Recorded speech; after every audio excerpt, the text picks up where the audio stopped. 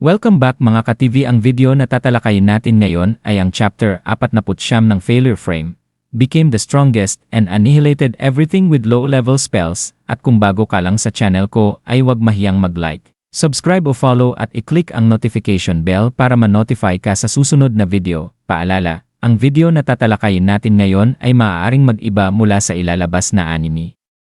Hindi ko inaangkin ang mga drawing o anumang materyales na ipapakita. Ang layunin ko ay magpakita ng suporta at magbigay ng impormasyon tungkol dito.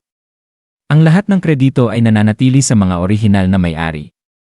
Maraming salamat. Habang naghahanda ang Nazi King Squadron, pinamumunuan ni Mimori Touka na lisanin ang bahay ng ipinagbabawal na mangkukulam na si Erika upang sumanib sa puwersa ng kontra-invasion sa timog bilang mga bayarang mandirigma. Nagkakaroon ng tensyonadong pagpupulong sa mga pinuno ng nasabing puwersa. Ang grupong ito, sa pamumuno ng Diyosa na si Vesis, ay binubuo ng grupo ni Sogo, Kirihara, Yasu, ang apat na kagalang-galang na santo, at ang Dragon Slayer. Nagtipon sila upang bumuo ng estratehiya upang labanan ang mga demonyong hukbo na sumasalakay mula sa tatlong direksyon. Sa gitna ng kanilang mahalagang pag-uusap, dumating ang nakakaalarmang balita. Nagpakita na ang dakilang emperador ng mga demonyo sa silangan. Dahil dito, nagkaroon ng pangamba ang grupo, lalo na si Oyamada na agad na naunawaan ang kalubhaan ng sitwasyon at inisip na maaaring wala ng pag-asa ang mga tao sa silangan. Si Yasu ay nagpahayag ng pagdududa sa kakayahan ni Hijiri at Itsuki na makipaglaban sa napakalakas na kalaban, habang si Kirihara, na nagpapakita ng halo ng selos at galit, ay inirereklamo ang kanyang kapalaran at ikinumpara ito sa pagkakataon na ibinigay kay Hijiri na labanan ang dakilang emperador ng mga demonyo. Inihayag pa niya ang kanyang pagkadismaya, sinasabing magiging malaking kabiguan kung si Hijiri, sa halip na siya, ang makakatalo sa dakilang emperador ng mga demonyo. Habang nararamdaman ni Vesis ang pagkadismaya ni Kirihara, iminungkahi niyang tumungo sila sa silangan upang harapin ang banta, ngunit nag-aalala si Agito kung dapat ba nilang iwanan ang puwersa sa timog na kulang na sa bilang. Nagtanong din si Agito kung bakit hindi kasama si Sogo, isang S-class na bayani, gayong malaki ang maitutulong ng kanyang kapangyarihan sa laban kontra sa dakilang emperador ng mga demonyo. Ngunit ipinahayag ni Vesis ang kanyang pagkadismaya kay Sogo, sinasabing wala itong natutunang natatanging kakayahan sa kabila ng mataas na antas nito.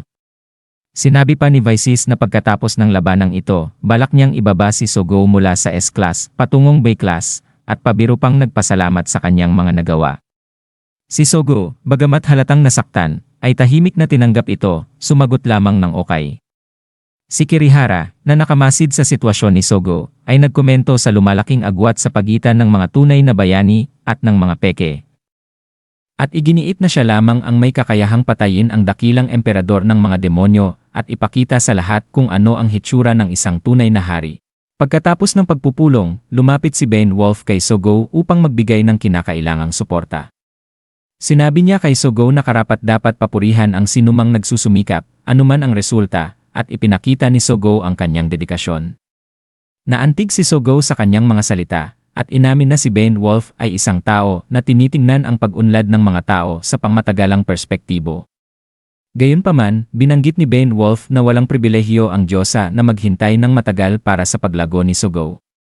Sa kabila ng kakulangan sa natatanging kakayahan, iginiit ni Sogo na nagsumikap siya upang pataasin ang kanyang antas at patalasin ang kanyang mga teknika, naniniwalang hindi siya ganoong kahina upang hindi makapagtanggol ng kahit sino.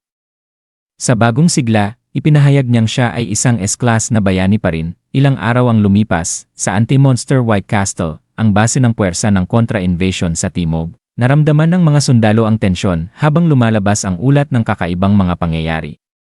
Napansin ng mga sundalo ang pagyanig ng lupa, at nagkaroon ng kaguluhan habang sila ay nagtatanong kung paparating na ba ang dakilang hukbo ng mga demonyo.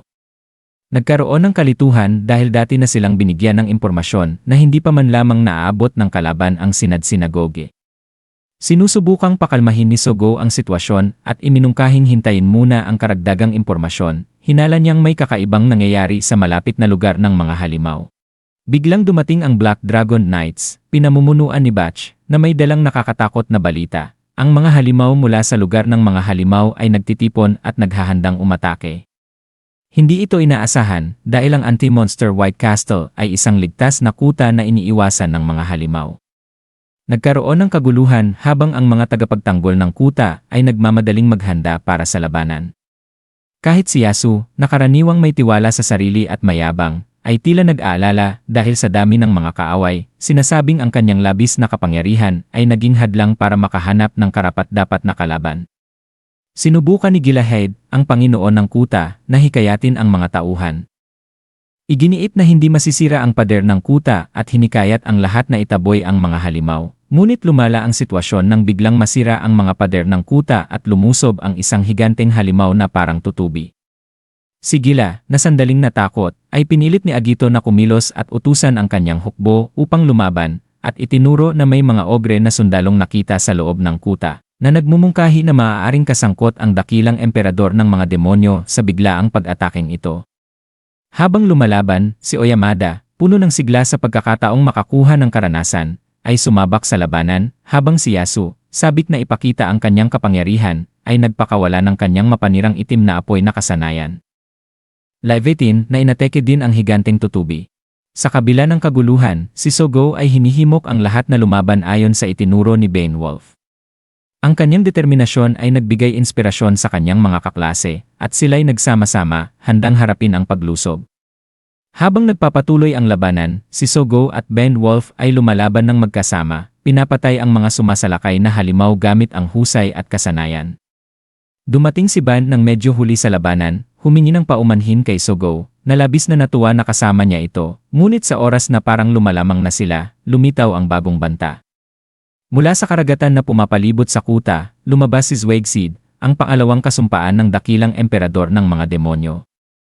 Kasama ang isang napakalaking hukbo ng mga halimaw. Ang kanyang presensya ay nagdala ng madilim na anino sa larangan ng digmaan, at naghanda ang mga puwersa ng tao para sa mas matinding labanan. Sa kanyang kasamaan, ipinahayag ni Zwegsid ang layunin nitong durugin ang mga tao at tanggalin ang kanilang dignidad, hudyat ng simula ng isang mapanganib at mahalagang labanan na susubok sa tibay at lakas ng lahat ng nakaharap sa kanya. At diyan nagtatapos ang chapter 49 ng Failure Frame. Muli kung bago ka lang sa channel ko, ay huwag kalimutan mag-like, subscribe o follow para masali ka sa notification squad. Maraming salamat.